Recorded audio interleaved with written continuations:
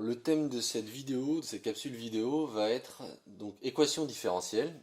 Et l'objectif de cette vidéo sera trouver les solutions de ce qu'on appelle un problème de Cauchy. Alors la première chose que je vais faire, c'est expliquer qu'est-ce qu'un problème de Cauchy. Donc un problème de Cauchy, c'est un système composé de 1, une équation, et 2, les conditions initiales associées. Donc là typiquement voici un problème de Cauchy à l'ordre 1, on a une équation d'ordre 1 et on a une condition initiale sur la variable y.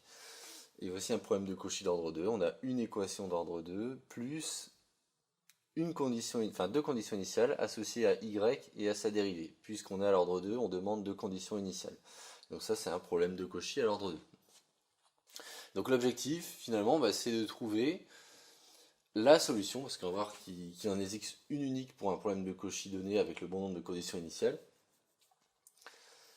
à ces deux problèmes de Cauchy.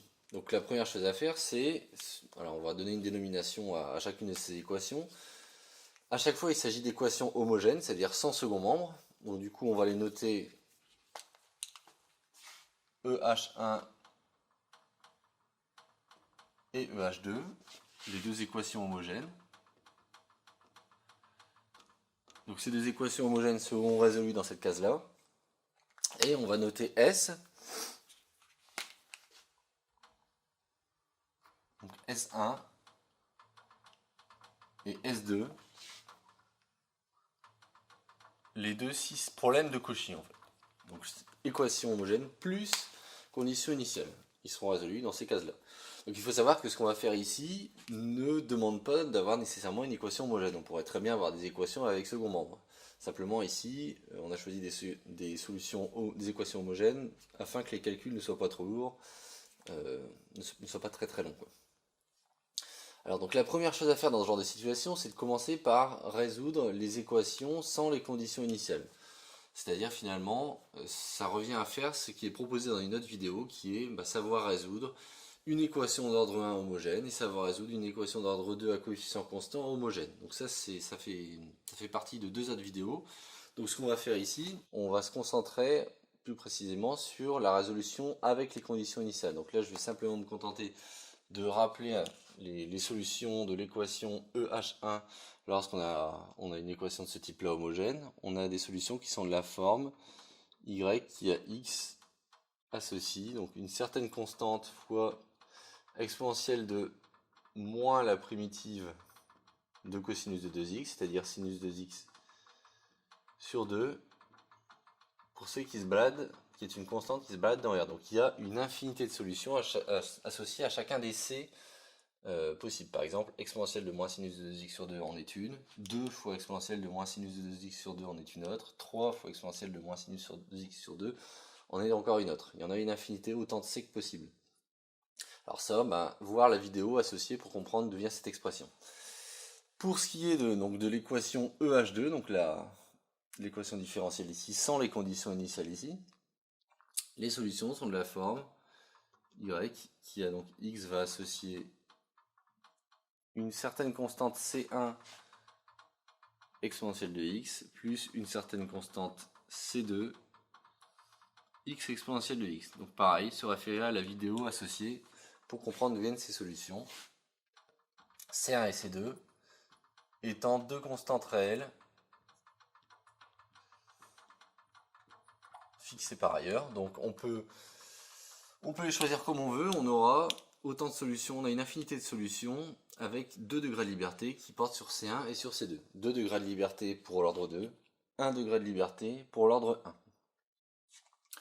Alors maintenant la question qu'on va se poser, c'est une fois qu'on a déterminé la forme de ces solutions de l'équation EH, comment est-ce qu'on fait lorsqu'on adjoint une condition initiale? Comment est-ce qu'on fait lorsqu'on adjoint deux conditions initiales? Alors comment est-ce qu'on s'y prend pour résoudre ce genre de choses? Tout simplement, on va injecter. On sait que toutes nos solutions de cette équation-là doivent être de cette forme-là, donc on va injecter la condition initiale à l'intérieur de cette expression et regarder quelles conditions ça nous donne sur chacune des constantes. Donc, regardons ici. On sait que 1 doit être égal à y de 0. Ça, c'est la condition initiale qu'on s'est fixée au départ. Mais on sait aussi que y de x il doit nécessairement être de la forme c exponentielle de moins sinus de 2x sur 2 afin de vérifier l'équation EH1. Donc nécessairement, ceci doit être égal à c fois exponentielle de moins sinus de 2 fois 0 sur 2. 2 fois x, quoi. Où x est égal à 0. Sinus de 0, c'est égal à 0. Donc on obtient exponentielle de 0 qui vaut 1, on se retrouve avec c. Si bien qu'à la fin, on a la solution, enfin, y, qui est la fonction qui à x associe exponentielle de moins sinus de 2x sur 2.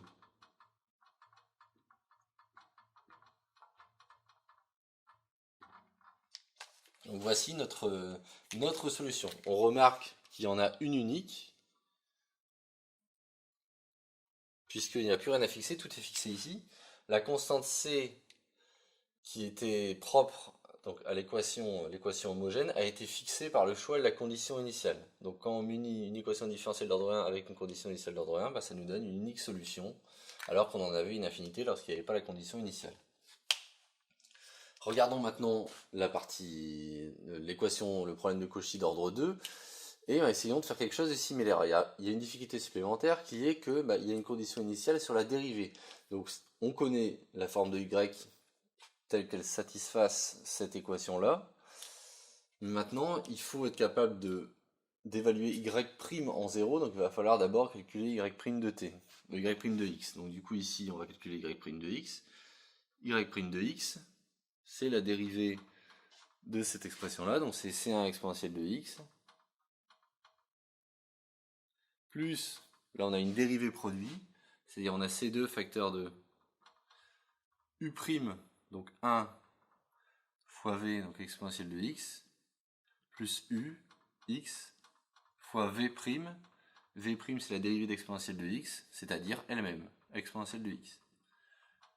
Donc on obtient que y' de x est donc égal à c1 plus c2 exponentielle de x plus c2 fois x exponentielle de x.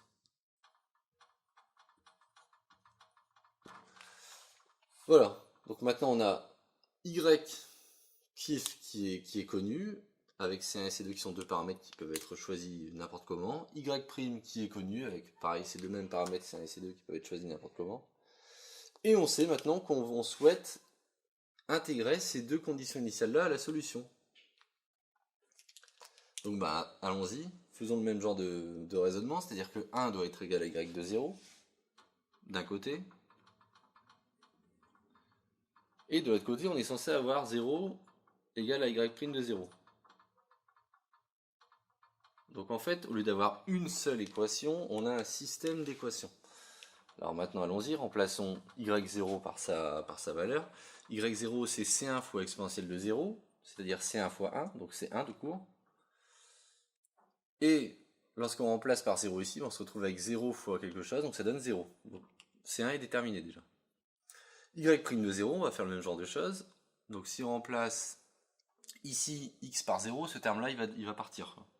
Il nous restera juste donc ce terme-là, c'est-à-dire c1 plus c2 exponentielle de 0, c'est-à-dire finalement c1 plus c2. Et donc, au lieu d'avoir une équation qui nous déterminait c, cette fois-ci on a deux équations qui vont déterminer c1 et c2.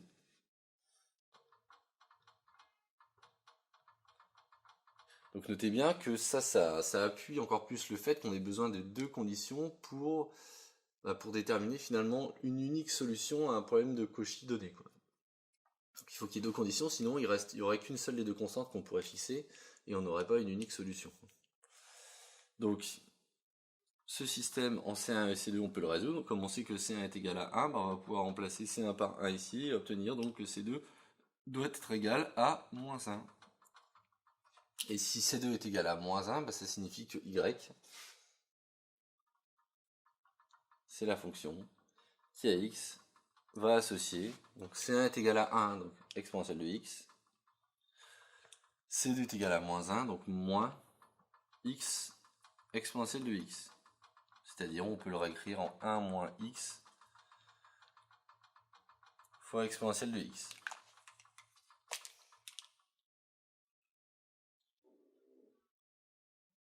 Voilà, donc voilà notre unique solution du problème de Cauchy d'ordre 2. Les deux constantes ayant été fixées par la première et la seconde condition initiale. Voilà, donc en résumé, comment trouver les solutions d'un problème de Cauchy? Premièrement, il faut être capable de résoudre l'équation sans condition initiale, donc les deux équations EH1 et EH2. Puis, une fois qu'elles ont été résolues, les conditions initiales vont servir à fixer là où les constantes qui restera dans la solution, pour nous donner notre unique solution à l'arrivée. Voilà, donc ça termine la vidéo sur résoudre un problème de Cauchy, d'ordre 1 ou d'ordre 2.